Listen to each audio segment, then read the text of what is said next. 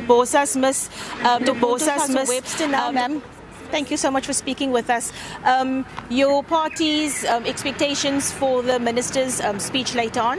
The expectation is that the speech takes into consideration where South Africa is and the pinch that South Africans are feeling. We're still at a place where South Africans, more than 12 million of them are unemployed.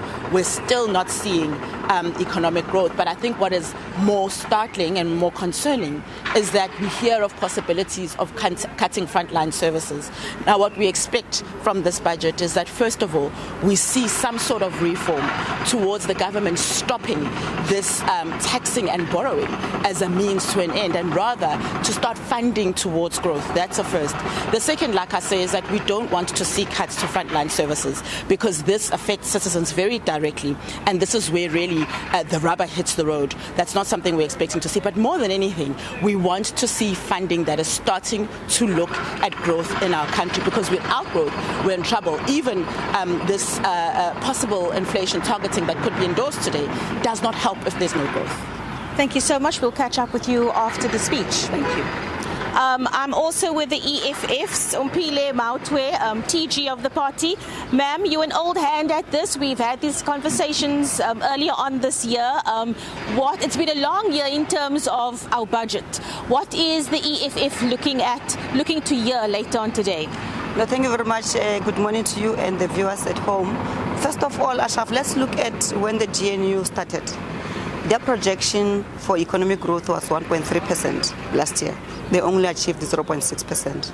In quarter one this year already, they only achieved 0.1%. And quarter two, 0.8%. Now, it tells you that already you are likely not to go beyond 1% growth, economic growth. And there's a ripple effect to that. You will not see any jobs being created. You will not see any attempt to even reduce poverty, reduce inequality in the country, which of course is the strategic objective of the Minister of Finance, by the way. So his strategic objective is to come up with sound fiscal policy that will stimulate and strengthen the economic growth in the country and social development in the country. His job is to reduce poverty and reduce inequality. He has to support infrastructure development in the country and state capacity. But no, he's doing the exact opposite. And all of us, we get shocked when the economy is not growing. They have what we call Operation Vulindlela. It's an Operation Vulindlela for private sector to come into the state-owned entities. That will not yield any results. Our people will still be unemployed. Once you privatize, you are prioritizing private profit over public service. The risk we are facing as a country is that we're going to have a government that is unable to give basic services to its people. We speak, me and you, the municipal infrastructure has collapsed completely. There's no roads, there's no water infrastructure, there's no sewage infrastructure, everything is collapsing. And the Minister of Finance is just continuing as if it's business as usual. Quarter one alone, we lost 237,000 jobs in the country. Quarter two, 140,000 jobs were lost. That adds on the already high unemployment rate which is in the country. Going to the youth, it's even worse. Going to expanded unemployment rate is sitting at 43%.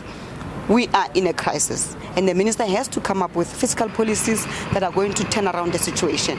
For a decade now, the economy has not grown for more than 2%. So why are you still pursuing this policy that is not taking us anywhere? And then you get shocked when jobs are cut, when there's unemployment, when the poverty levels are high, when inequality is high. You get shocked at the Minister of Finance. If we were a self-respecting country, in all fairness, we would be asking for Minister Godongwana to step down as a minister, because he has failed in all aspects. Thank you so much for your time. We will catch you later on for your reaction to the minister's speech. That was the EFF, obviously giving their expectations for the speech later on today. Studio, back to you. All right, thanks very much for that, Abra.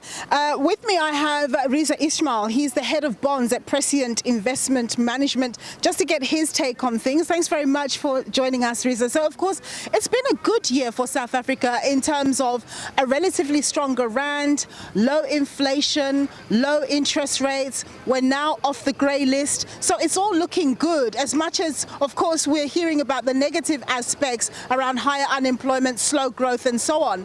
But from your perspective, with your hat on as a head of bonds, looking at the bond market, what is it that you would want the finance minister to say and talk about to maintain the kind of momentum we've seen in terms of the capital markets?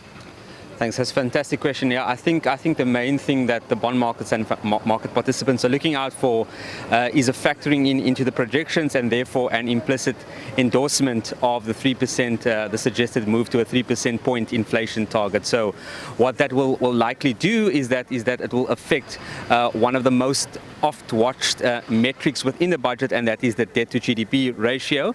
And some of the optics around that can be slightly confusing, because what it will actually mean if the 3% inflation target is indeed factored in is that we will actually have a slightly deteriorating nominal debt to GDP ratio that peaks at a higher level and peaks at a slightly later time. But this is simply due to the arithmetic of how that inflation target actually gets factored into the GDP deflator and therefore into nominal GDP. So optically we might see that ratio looking slightly worse, but actually what it will do long term in terms of aggregate demand and promoting growth and promoting fixed capital formation will be massively positive.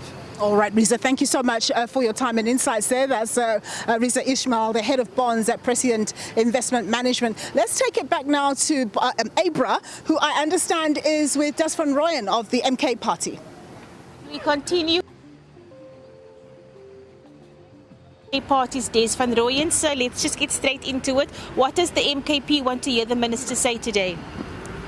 As a party that represents the interest of the poor people, the majority of our South Africans, we expect a people-centered budget, a budget that talks to the problems that are engulfing our people on the ground: unemployment, lack of jobs, inequality and poverty.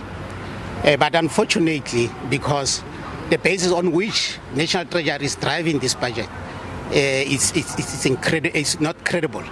We told them last time that their growth projections were wrong. They started by saying our economy will grow with 1.8%, and then later they reversed it to 1.4%. And now we all know the second quarter results have demonstrated that the growth does not even went beyond 1%. It's 0.8%. So how are you going to deal with issues of allocating revenue out of an economy that is not growing? So definitely, we are expecting nothing else but an austerity approach from National Treasury, because now they have to squeeze our people, to make sure that they accommodate the needs and the programs as identified in the medium-term development plan into this economy that is not growing. So truly speaking, as MK Party, we are not optimistic because the context in which this budget is going to be presented clearly demonstrates that there's no growth, and we can't start talking about any other expanded allocation if there's no growth, because their projections have been proven always not to be coming right. They said 1.4, we are at 0.8 now. So how are you, from where are you going to make allocations for various expenditure items? So we are not optimistic as MK Party, and we are saying this budget process is not credible because the basis on which it's executed are wrong. Thank you so much for your time. That was the MK's Des van Rooyen, laying it out there that the party is not optimistic about what they are going to be hearing when the minister tables the speech this afternoon.